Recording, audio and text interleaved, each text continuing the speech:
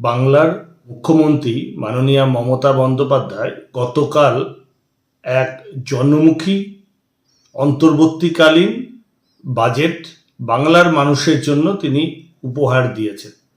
আমরা দেখলাম পশ্চিমবাংলার প্রায় 2,16,00,000 মায়েদের বোনেদের তিনি লক্ষ্মীর ভাণ্ডার প্রকল্পে 500 টাকা বাড়িয়ে 1,500 টাকা এবং 1,700 টাকা করে দিলেন।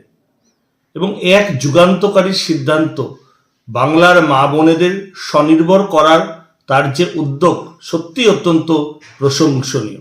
তাছাড়া আমরা দেখলাম 21 থেকে 40 বছর পর্যন্ত যুবকদের 1500 টাকা করে তিনি ভাতা ঘোষণা করলেন এবং এর পাশাপাশি আশাকর্মী থেকে আরম্ভ করে সিভিক ভলেন্টিয়ার্স থেকে আরম্ভ করে পার্শ্ব শিক্ষক থেকে শুরু করে সবার জন্য তিনি 1000 টাকা করে ভাতা বৃদ্ধি করলেন এবং সত্যি সমাজের সব স্তরের মানুষকে তিনি ছুঁয়ে গেলেন।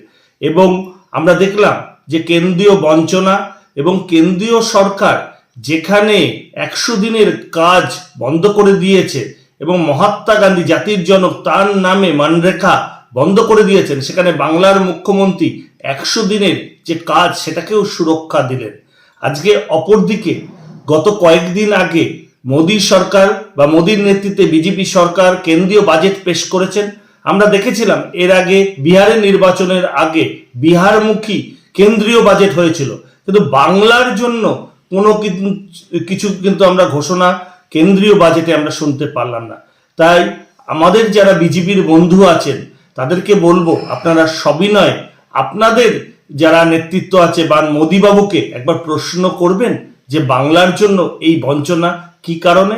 কাজেই আমরা দিদির রাজ্যে দিদির নেতৃত্বে বাংলার মানুষ ভরসা করেন এবং বিশ্বাস করেন, সেই কারণে আমরা গর্ববোধ করি একজন তৃণমূল কংগ্রেস কর্মী হিসেবে এবং এই বাজেটকে আমরা সাধুবাদ জানাই।